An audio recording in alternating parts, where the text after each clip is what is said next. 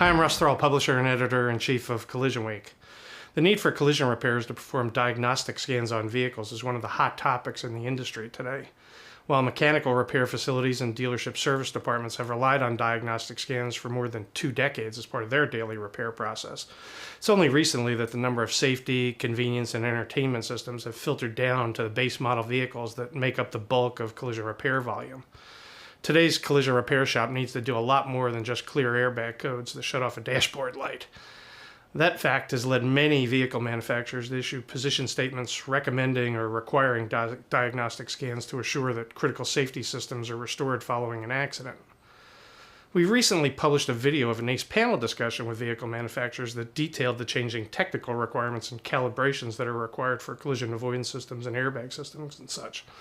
Readers have asked us for more detail on that issue, and to that end, we've recorded a presentation with Jake Rodenroth from Collision Diagnostic Services, who details specific technical issues that necessitate scans, how they are performed, and how they fit into the collision repair process.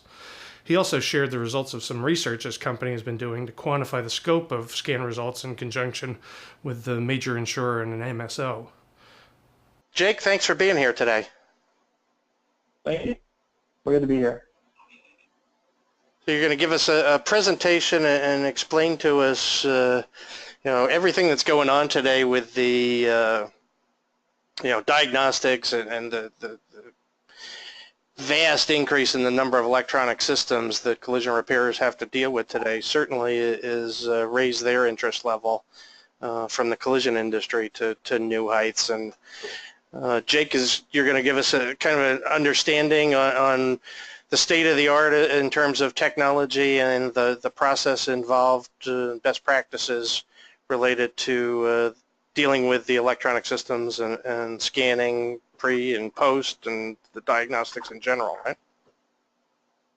Yeah. This is a new frontier for a lot of collision repairers. This is something that is in prior years has always been a sublet operation, or they've got a mechanic that a mobile diagnostic technician that comes and deals with this in-house. And in our business, it's always been, it starts with maybe it's only 1 or 2 cars a week, or maybe it's 1 or 2 cars every other week. Now you're starting to see systems on vehicles moving away from mechanical to electronic, and that's where the diagnostic scan tools and understanding fault codes really help you understand how those systems work and how it could be possibly related to a crash. Just a little bit about myself. Started as a Mercedes-Benz technician, worked for a dealership here in Jacksonville, Florida. Moved over to collision repair. The shop I ran for 13 years eventually became a Jaguar Land Rover structural aluminum certified center, one of the first in Northeast Florida. So I also went and worked with an MSO, Aber Auto Body and Glass, as a corporate operations manager, and helped that company grow by over 100 repair locations in under 2 years. So as a guy who's worked in the dealership world, the independent, and the MSO world, I'm very sensitive to what this challenge brings to collision repairs. So when you get to collision repairs, they really have to understand OEM documentation. Without OEM documentation, it's next to impossible to repair a vehicle properly and to understand what the scan tool is telling you, whether you're using an aftermarket scan tool, a mobile diagnostic technician, an OEM scan tool, or an Aztec.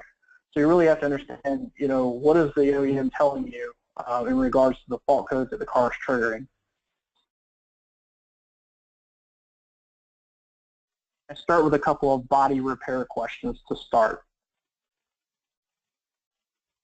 So on the Volkswagen Touareg, there's a 2011 model out there. When you replace a fender on this vehicle, that you may have to remove the windshield in order to do so. So here's something that we've done for years. We've replaced fenders all the time, and we didn't look up the procedure to replace this fender, so we didn't know that the windshield had to come out to do that. And the reason why is there's actually a little bolt hidden behind the actual adhesive on the windshield frame. So now it gets into, I'm taking a windshield out. Is there a collision avoidance camera in that mirror? I mean, there's things that we have to think about when we remove components like that. Another example is on the Ford Mustang for this year, for the 2015 model and forward, is that the roof has to come off to properly replace the quarter panel on the coupe. So once again, something that most shops are not going to know unless they research the information.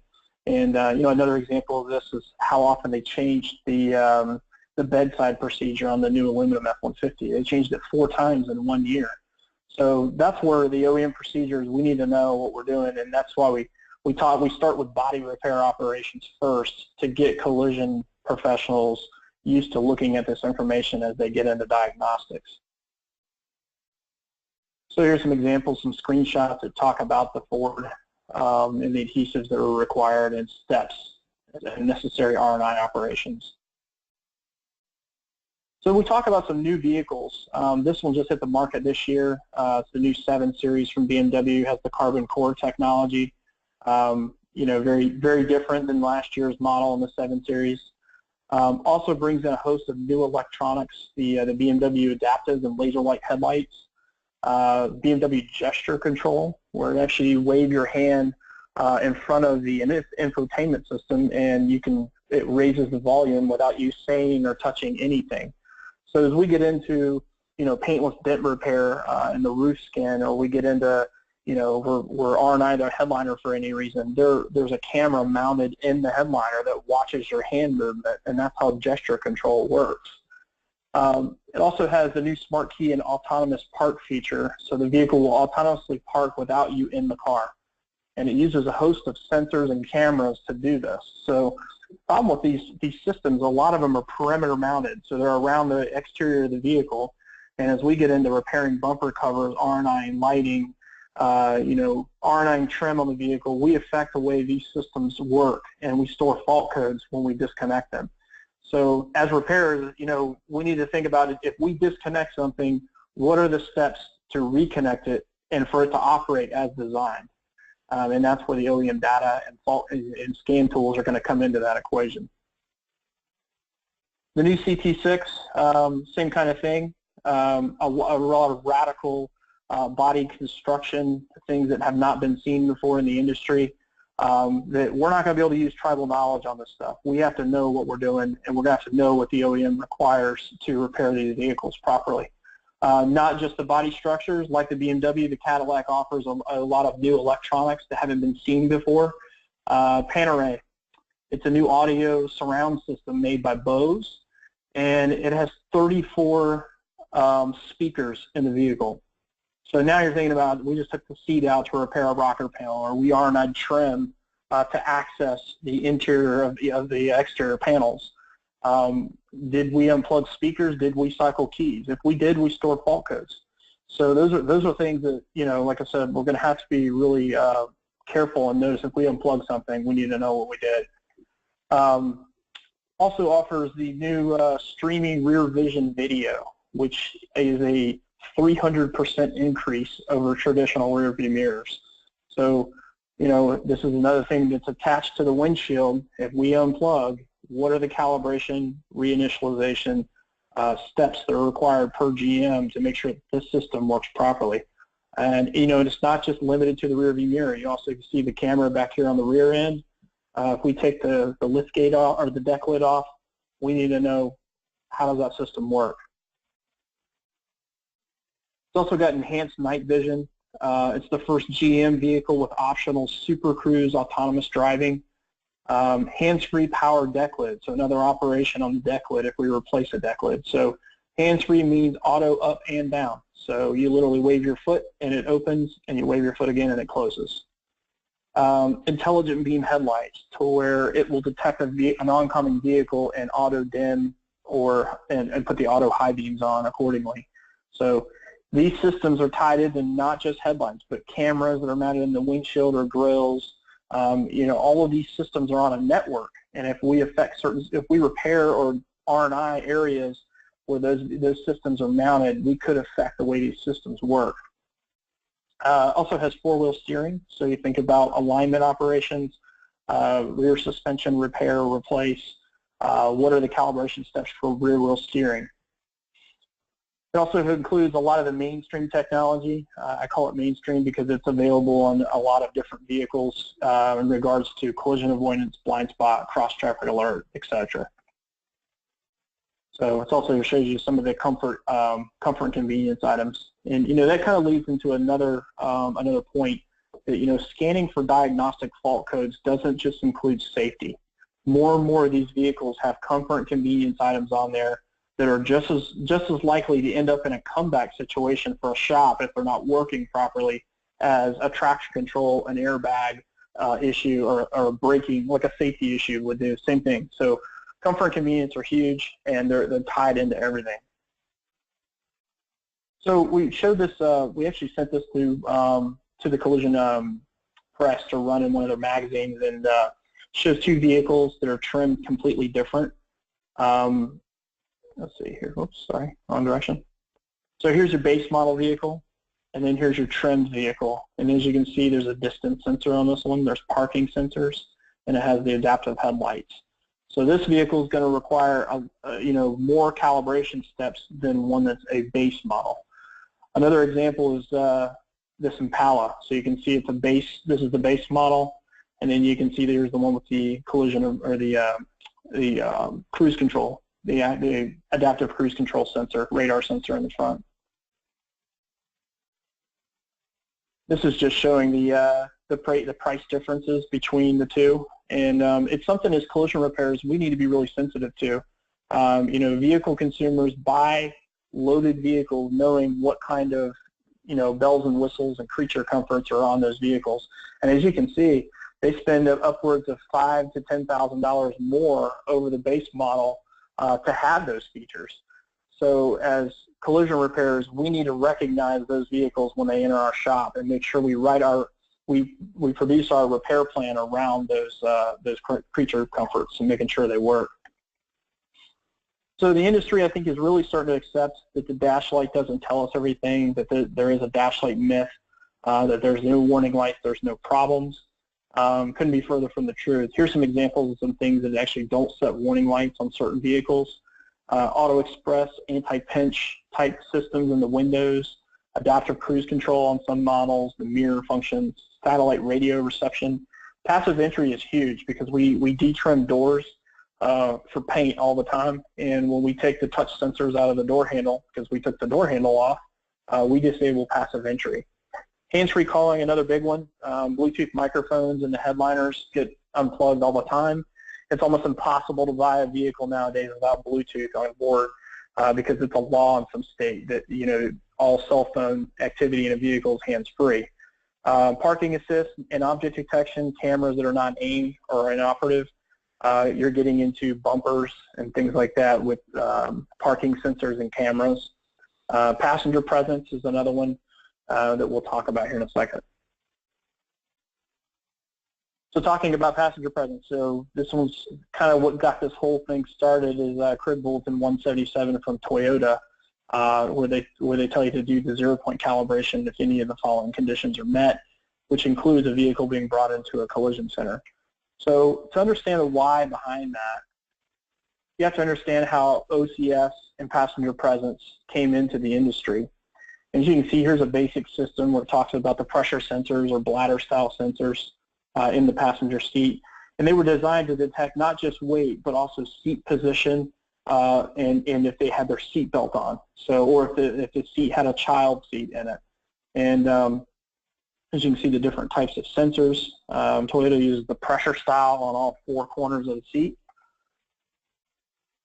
And just to give you an idea of the sensitivity, you can see that we've put 11.2 pounds on the right front. And then when you look in the scan tool live data, you can actually see that the right front sensor is reporting all the weight, while the other three are not reporting as much weight. So a lot of, the 0-point calibration has been a hot topic in the industry. So what is a 0-point calibration? When you start with a seat. This is a snapshot out of the OEM scan tool for Toyota, which is called the Toyota Tech Stream. You're going to go through and select the 0-point calibration out of the menu. It's going to ask you to confirm the seat position. It's going to make sure that the seat is empty, and then you'll want to perform it, yes or no. You click yes. When you click the S, you zero the scale on the seat. It's going to move you next to the sensitivity check, where it's going to require the shop to actually put 66 pounds of weight in the seat.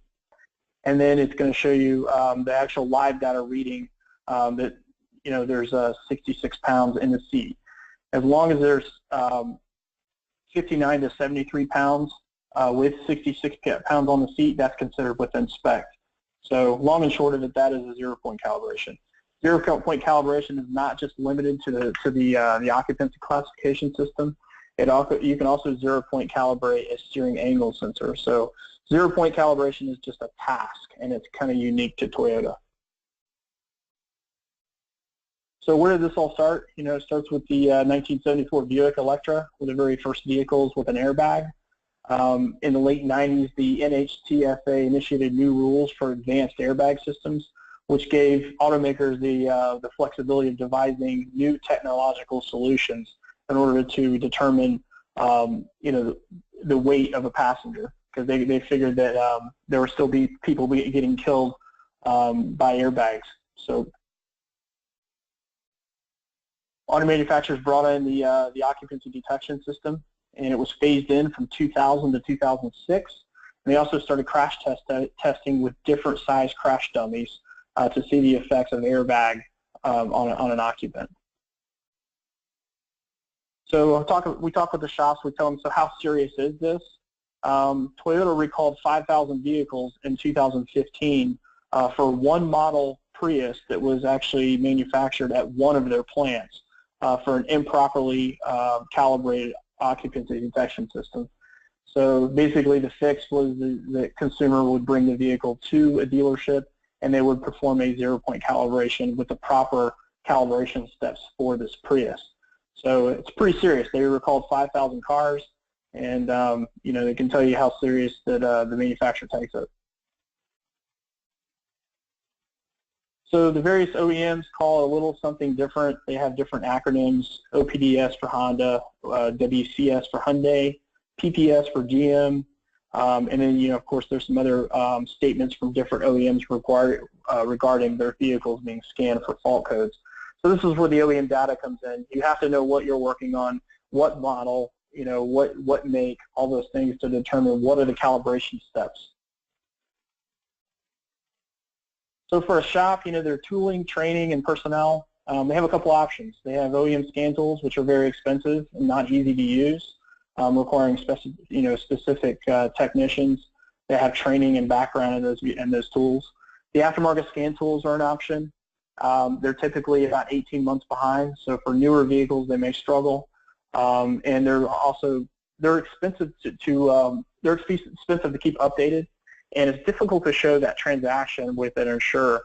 So that the insurer wants to pay you, but because you did all the work in house, it's difficult for a shop to show exactly everything they had to do to get that vehicle working again, if they can get it working again. Mobile diagnostic technicians are another option.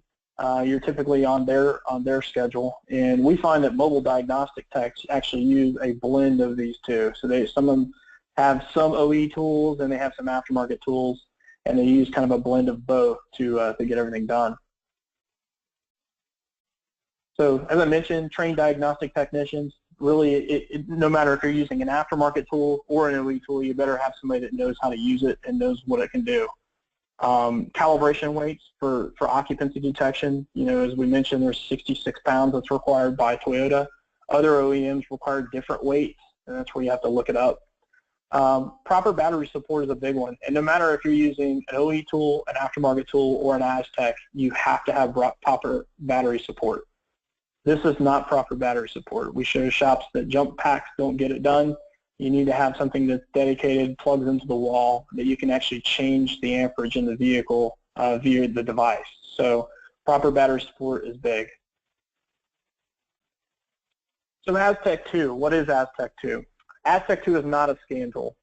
Aztec is a communication interface device. It's basically an extension cord the length of the internet for an OEM scan tool.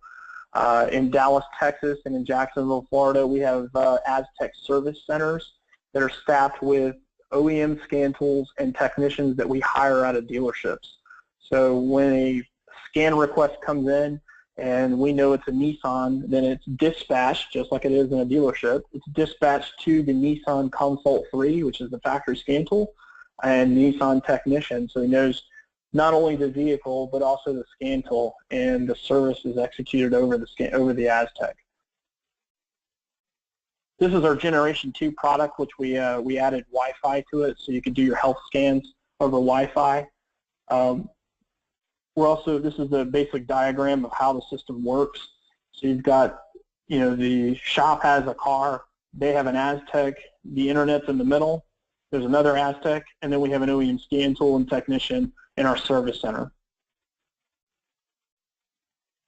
We're also building out a mobile app that allows us to ease the service request process to where a shop doesn't have to use a computer, they can use a tablet. It also gives them access to their all of their reporting, and if they're running multiple Aztecs, if it's a high volume shop, allows them to do that as well. So we're currently looking to launch the mobile app in October. We're already on version 28 software on the Aztec Gen 2, and we continue to add coverage, fix performance bugs, and we can also see the vehicle's voltage on the tool side Aztec. So a lot of new features coming for Aztec 2 as we continue to develop the product. We also worked with ICAR to help develop some training around diagnostics.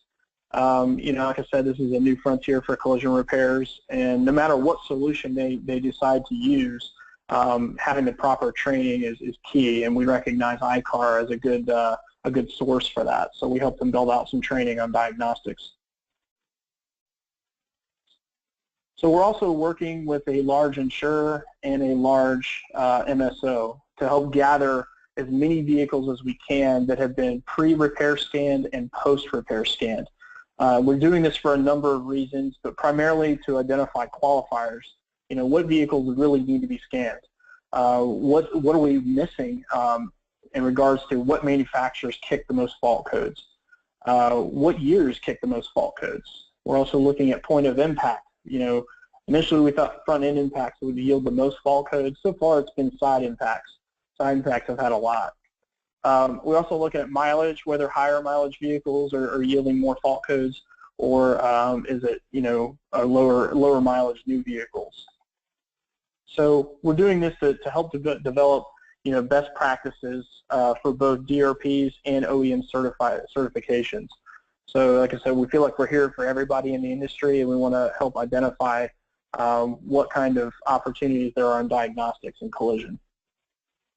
So here's an example of what we've been gathering.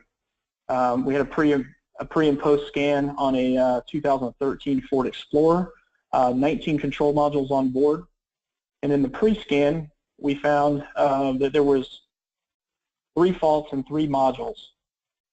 The shop reported that there were no lights on at the time of the pre-scan, and collision damage was to the rear bumper, right tail light, right quarter panel, and the rear hatch. So here's some examples of what we saw. We saw that the parking assist module was telling us that the right rear outer sensor is bad. We're also getting a couple of lost communication faults. We want to look at battery, make sure it's in good standing order. And this is an opportunity if the battery is aging. It's an opportunity to upsell a battery to a customer rather than waiting to the end of the repair process and then the battery won't accept the charge. So it's another thing that we coach our shops to try to identify those low voltage opportunities. So in the post-repair scan, we found that there were 25 faults triggered by the time the vehicle was fully repaired and had been through all stations. As you can see, multiple battery voltage faults now, and we have a rear vision camera system fault. We also had side object detection failures, so the blind spot monitor is not working. And we also had a fault in the passenger side restraint sensor. So a lot of these are due to disassembly and the vehicle being driven with the doors off, computer modules unplugged, and now we've got to go through and do some calibration and resets. So the side object detection control module actually had a recalibration that was required once it was disconnected. So some other examples, this shop actually repaired the vehicle on 2/4, did not scan the vehicle until 2/24, and we found out that they repaired a quarter panel, and they had a blind spot monitor error for a horizontal axis misalignment. When we looked in the OE data, what that means, it says that this fault is actually triggered if it is off more than 5 degrees. So typically what we try to tell our shops is if there's trauma in the area of where a blind spot monitor or a collision avoidance monitor or camera is mounted, to replace that component. It's very difficult to repair that item and make sure that it's going to be within tolerances as far as the module is concerned. As you can see on this Toyota, it's only 5 degrees, which isn't much. So Toyota recommends you perform a beam axis confirmation, which requires a Toyota-specific target, this is what that looks like. And there's also specified angle and distance requirements for the module itself. So it's very unlikely that a shop has the target, and it's very unlikely that they have the amount of space that's required on some of these vehicles. So that's where we want to make sure that they're replacing those items that are damaged according to the OEM recommendations, because an improperly sectioned quarter panel could also produce the same results. So that's where we try to coach the shop on that stuff. So here's another example. This is on an Audi. We had 28 faults in the vehicle. The shop just thought it was an airbag issue. We found the touch sensors and the door handles, both on the driver's side, driver's rear, had been disconnected. So now the keyless entry system doesn't work. We also found that the auto windows and anti-pinch have not been programmed. And we also found the ambient temp sensor was off in the front. And not just the temperature display on the dash, also controls the cold start enrichment for the fuel injection and the automatic climate control settings for the HVAC. So as you can see, one sensor having an effect on multiple control modules. So here's another one that we did, Lincoln MKX 2013 model, 21 modules on board, 14 faults found in 5 of the modules. As we got into it, we found that the cruise control module was not plugged in when they did the pre-scan, and we would want to know if it's bad or not. Here's a 2013 vehicle with a sizable amount of damage on it, and this module is $2,700. So we tell the shop, I don't think you want a $2,700 supplement, so we made them plug it back in and to confirm if it's any good. And the calibration steps could actually be performed right there at the shop without a target. So another opportunity for them to make sure the vehicle is prepared properly in-house. So we also teach our shops how to find the OEM information. As many of us know, it's not standardized, and a lot of it is very difficult to find. So we showed them some interactive slides, create some SOPs around checking repairs and inspections required after a collision. We teach them to check that on every vehicle, even if there's not been a deployment. So here's an example. Here's a Chevy Equinox. Type in relearn, and you can see that there's 49 different procedures for relearning on this vehicle. Now you take the collision repair operations and lay them over. So you put in a rear bumper and a rear liftgate. Here's the rear liftgate calibration, which requires a scan tool. So now you've just justified why you had to scan, and this is a vehicle that doesn't currently have a position statement out on scanning. So it's very helpful to look up this information. OEM One Stop, we like that website as well. They recently made a change and put their position statements button on here, which leads you to the vehicle repair scanning documents through various OEMs. And we're just trying to, like I said, trying to give the shops, our shops, as many resources as possible.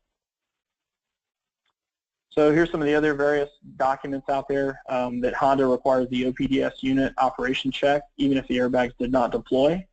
And that the check should be done after any accident. We shared this one a lot before the position statement came out. So here's the position statement from Honda on pre- and post-scanning vehicles. As we know, Chrysler also launched one as well. Chrysler actually identifies opportunities where you could have fault codes. You know, the vehicle's involved in collision, it's with or without an airbag deployment, voltage loss, significant vehicle disassembly, interior trim panel removal or glass removal are opportunities that you could yield fault codes in Chrysler vehicles. So Toyota did a nice job on theirs as well. They actually showed a dashboard that had no dash lights, and then they showed a screenshot out of the Toyota tech stream, which showed fault codes. And this kind of talks back to the dash light myth. Nissan also put one out. A lot of Nissan vehicles are in regards to their sonar systems, and Nissan Around View, the 360 camera system. Nissan's real sensitive to it as well, that they know their vehicles store fault codes, and came out with a position statement. These position statements have hit the industry rather fast, within a couple of months of each other, and we do our best as a company to communicate that to our shops so that they're aware that they're out there. We do that through a number of ways, but the biggest way is our weekly webinar series that we hold. We will start doing these monthly, just to spread it out a little bit, because we do change the content. It's called Ask Aztec, the 30-minute webinar that we get all our shops on there, and it gives them the opportunity to ask us a question. We also cover a scan report from somewhere in the country and help the shop understand how to find the OEM data on that particular scan. We also created a diagnostic scan authorization form for our shops to market directly to the consumer, both on the payment side, but also the permission side, giving the shop permission to scan their vehicle and reveal fault codes. It can be found on our website under the Resources tab. It's a free download, and as you can see, the Ask Aztec sign up is there as well.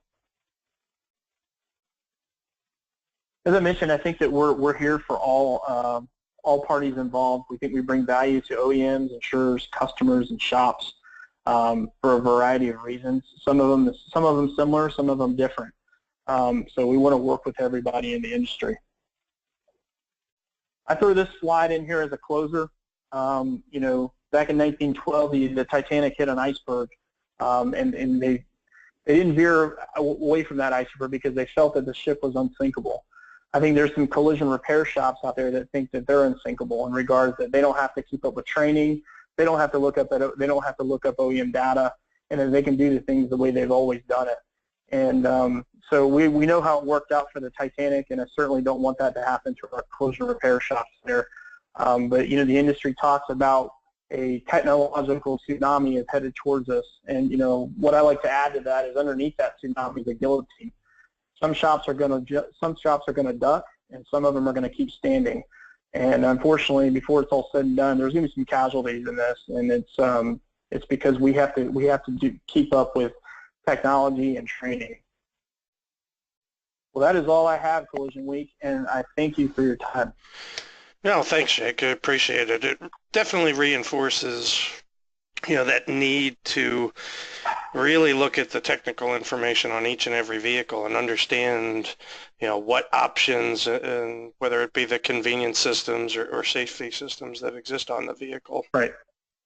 Yeah. Now, I think the biggest challenge for me is when I came over from Mercedes-Benz, I was used to looking at an S-Class that was offered with 3 different engines, which meant 3 different cooling systems, 3 different valve covers.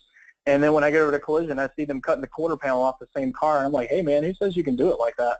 It's just, they just, well, I've always done it this way. And I'm like, wow, that used to get us in trouble if we did that, So you're starting to see Collision catch up with mechanical in regards to having to look up everything. Exactly. That's something that, the collision repair industry really hasn't had to do up until this point. Mm-hmm. The folks on the mechanical side of the business, or who have both, they certainly understand that. And I started to see it. I've mentioned many times. I started to see it in talking with shops when actually they changed the rollover standards on cars, and that led to some advanced materials in the A pillars and B pillars around 2011 and 10, 11, and 12, yep. and people started to realize, oh, wait a second, the structures are changed, and I can't fix that 2012 the way I fixed the 2011 model. And now with the electronics, it's really, well, I might not be able to fix it the same model, that's a couple of months older or just has different options in it. I have to think about it entirely differently and how I approach that repair. Now, thinking about you mentioned about coaching the shops on things that you've learned.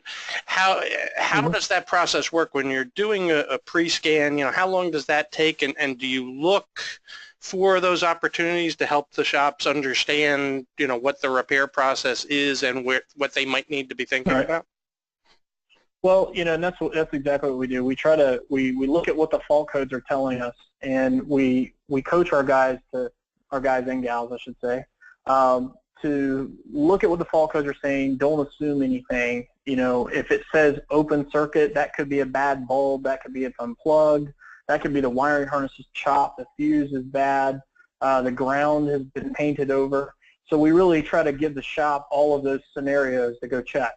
And they're like, well, we put an apron in and we painted in that area, so let me go check the ground. And they said, well, we didn't do anything in that area. Let me go check the fuse. So we really try to be that troubleshooter for them. And there's cases where they send us a request, and that particular concern that they have is not necessarily something we do over the Aztec. The Nissan Armada comes to mind. The rear parking sensors on those vehicles are actually calibrated on board, not with the scan tool. Honda's Lane Watch is another example that's actually calibrated through the navigation unit and the target, but not the scan tool. So that's where we're helping with that service side as well as the technical support side, to where we can say, okay, this is not going to be done over the Aztec, but this is how it's done. And we walk the shop through that in an effort to get a vehicle out for them. So there's cases where it's a system that's on board the vehicle that's not supported through the scan tool, but we still try to help them with it. And that's where we try to lead them direction-wise on the pre-repair scan.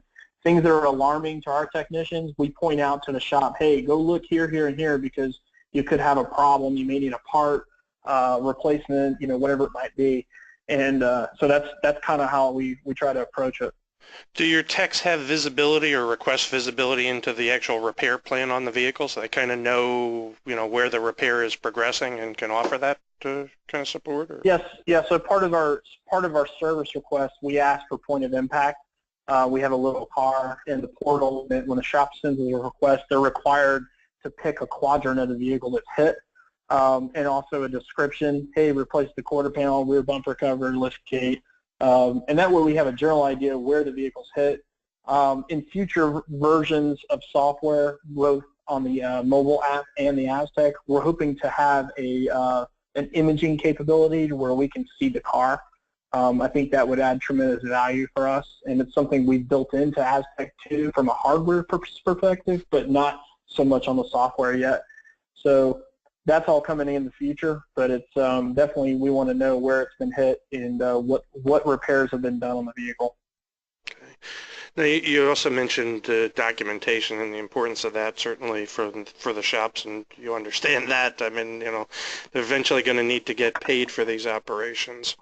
Could you talk about the documentation, what form it takes, and what's included in there that you provide back to the shops? Well, one of our qualifiers for a person buying an Aztec is that they have OEM information, access to it. And whether that's all data, Autotech Tech Focus, Mitchell Tech Advisor, or they're using the OEM site, we can't redistribute OEM information without violating licensing agreements. So we make sure that the shop has access to some form of OEM information. The industry that holds market, or the market shareholder there is all data. They seem to have the market on as far as subscribers go. So we typically try to walk them through using, letting the shop look it up for themselves, and we really try to teach them to teach themselves. We know that we can't help them on every single thing that goes in that shop, but that doesn't mean that they shouldn't look it up. And that means body repair operations. That can be diagnostic, mechanical, any of those kinds of things. So we really just try to teach the shop to teach themselves in regards to looking up the OEM information.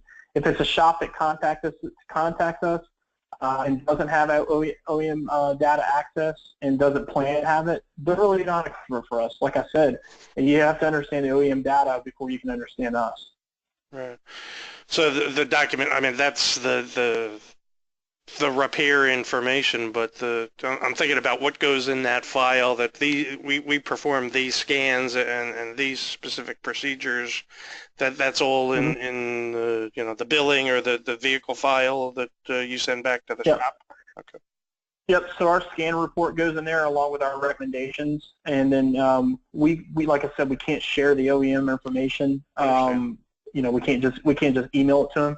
So we really try to coach the shop where to look to print those documents so that they can not only supply it to their technician but also put it in their repair file. Right. Now you also mentioned a mobile app.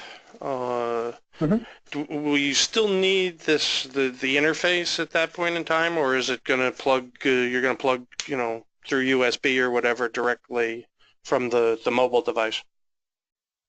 No, you'll need both. The mobile app is being added to the process to ease the service request step that's required with Aztec.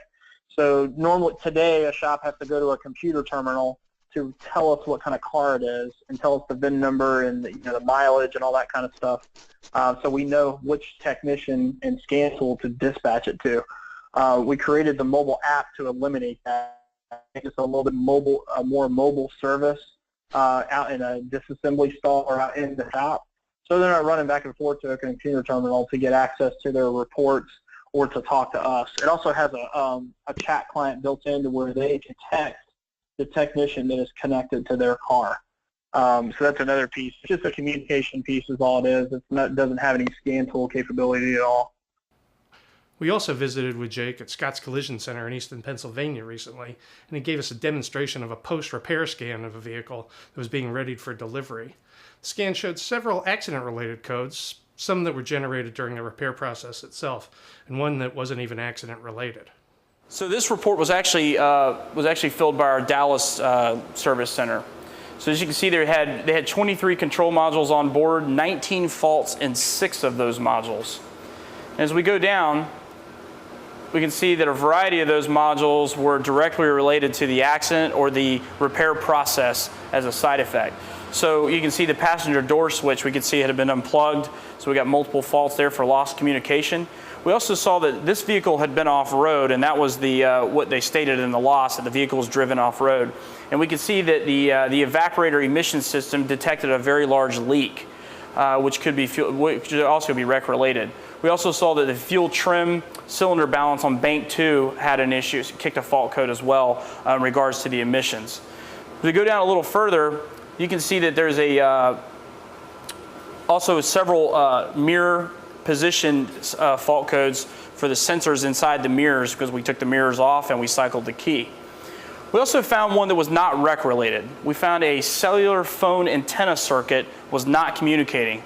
And if we look up here at the top of the vehicle, we can see that somebody's used some liquid nails or maybe a hot glue or something on the actual cell phone antenna itself. So clearly not wreck related, but the vehicle's also telling us that there's an issue with OnStar and with the cellular phone antenna assembly in this vehicle.